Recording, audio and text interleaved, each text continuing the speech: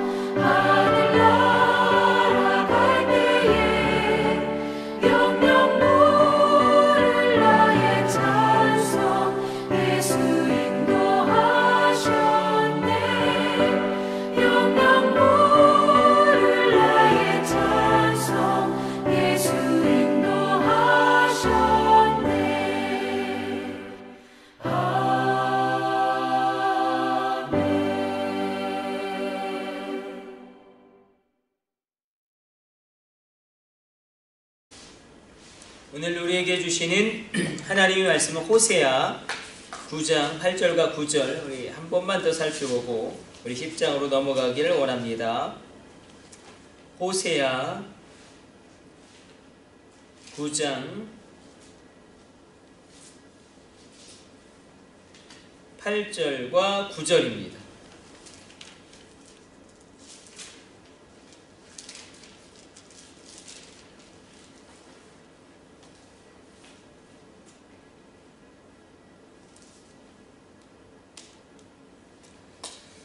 호세아 9장 8절과 9절 우리 같이 합독합니다. 에브라임은 나의 하나님과 함께한 파수꾼이며 선지자는 모든 길에 친 새 잡는 자의 그물과 같고 그의 하나님의 전에는 원한이 있도다. 그들은 기브아의 시대와 같이 심히 부패한지라 여호와께서 그 악을 기억하시고 그 죄를 벌하시리라. 이 말씀 가지고 은혜와 심판의 말씀 모두 아멘으로 화답하라는 제목으로 한 말씀 함께 나누기를 원합니다. 아멘이 얼마나 중요한지 이스라엘 백성들은 형통함에는 아멘을 했습니다. 우리가 신앙생활 잘해서 이렇게 하나님이 복을 주시는 거지 그렇게 형통함에는 아멘을 했는데 이것도 문제가 있었죠. 그들이 형통하기 때문에 그들의 신앙생활이 올바른 건 아니었습니다. 그러니 본질적인 문제는 심판의 말씀이 있고 도전의 말씀이 있고 강권적으로 우리에게 주시는 하나님의 말씀이 있습니다. 왜냐하면 하나님의 말씀은 운동력이 있고 활력이 있어 우리의 관절과 우리 마음의 심령을 꿰뚫고 우리의 모든 것을 감찰하시기 때문에 하나님의 말씀이 꼭 위로의 말씀, 축복의 말씀, 소망의 말씀, 비전의 말씀만 있는 것이 아니라 분명한 도전의 말씀이 있고 분명한 심판의 말씀도 있습니다. 그래서 예수님도 천국만 이야기하는 게 아니라 지옥을 더 많이 이야기하지 않으셨습니까? 그런 말씀들이 있을 때에 이스라엘 백성들은 형통의 말씀에는 아멘으로 화답하였지만 이 심판의 말씀, 도전의 말씀, 너희들 그렇게 살다가는 큰일 난다. 어서 빨리 돌아와야 한다. 그 심판의 말씀에는 아멘하기를 주저했습니다. 그 결과 8절 같은 일들이 일어나죠. 에브라임은 나의 하나님과 함께한 파수꾼이며 선지자는 모든 길에 친 새 잡는 자의 그물과 같고 그의 하나님의 전에는 원한이 있도다. 자, 8절과 9절이 기묘하게 대조되고 있는데 8절 우리가 한번 살펴보았죠.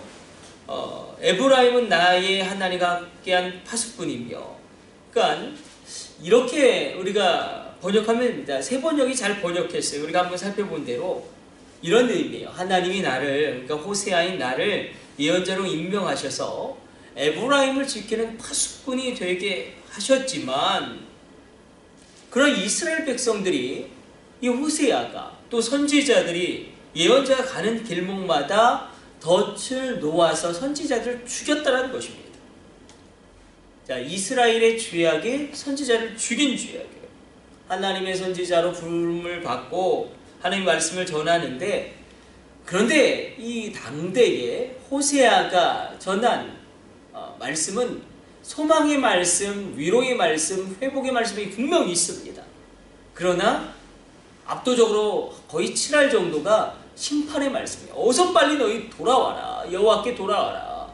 그렇게 살다가는 큰일 난다. 너희가 단순히 경제가 번영하고 국가가 부강하고 그리고 안정되어진다고 그거 너희 신앙생활을 잘하는 게 아니다. 그래서 얼마나 악한 일들이 북이스라엘 시대에 일어났는지 고발하는 겁니다. 그러면 그 선지자를 죽입니다.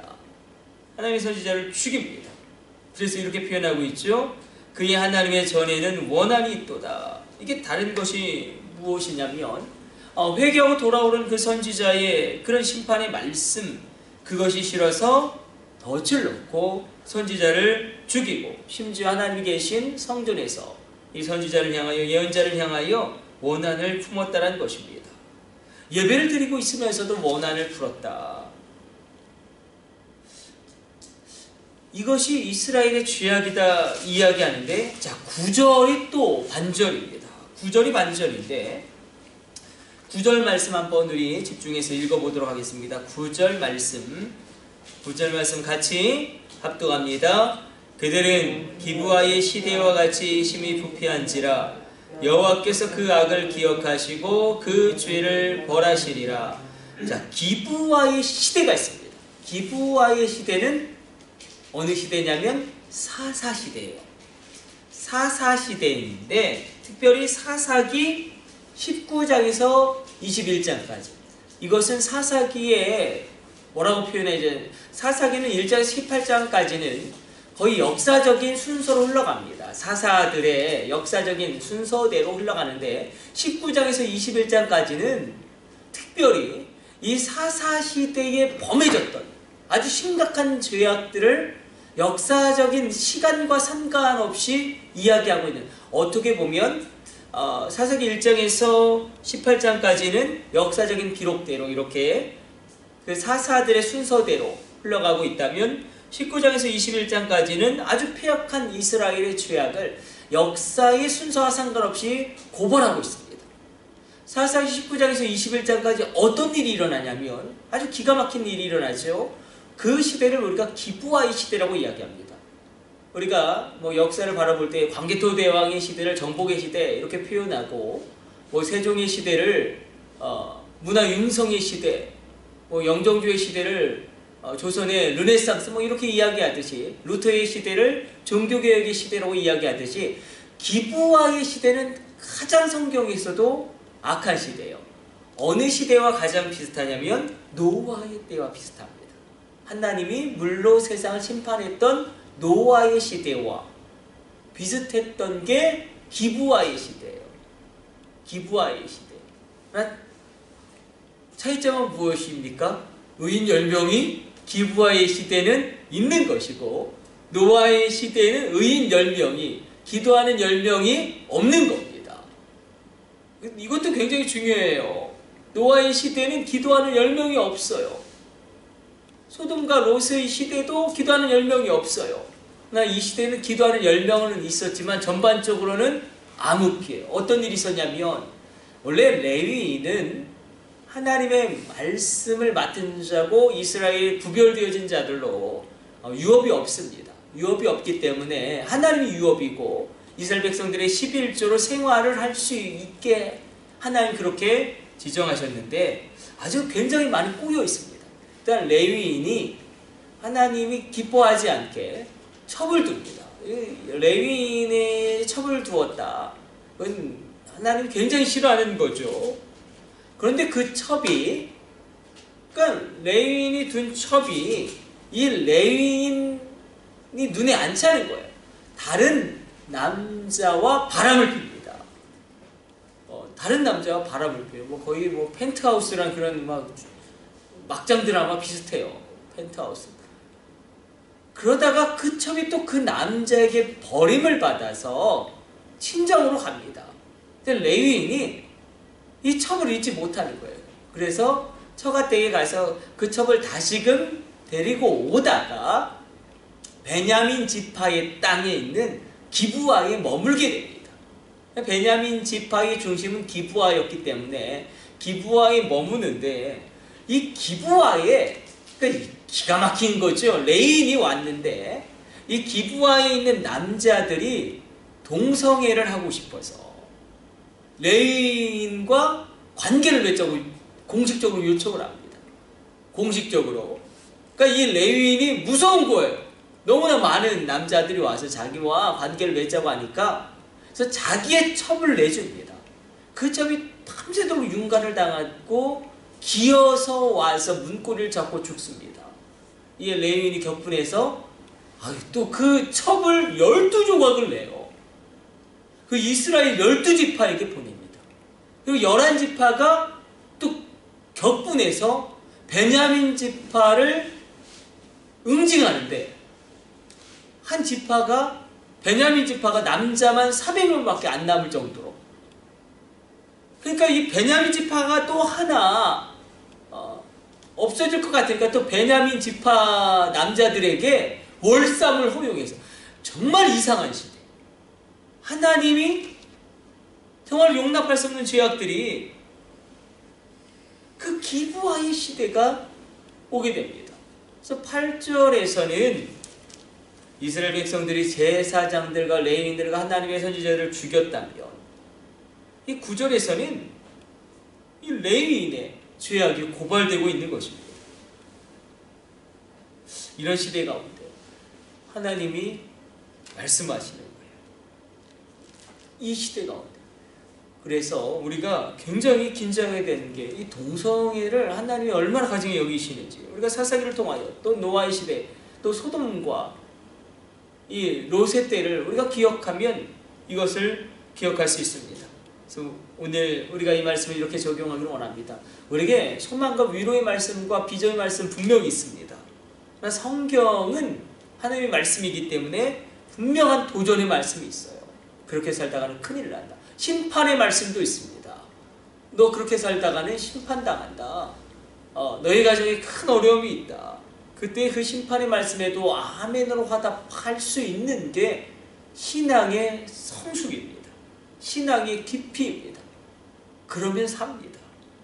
그러나 이 위로의 말씀은 우리가 받기에 달콤하지만 심판의 말씀은 씁니다.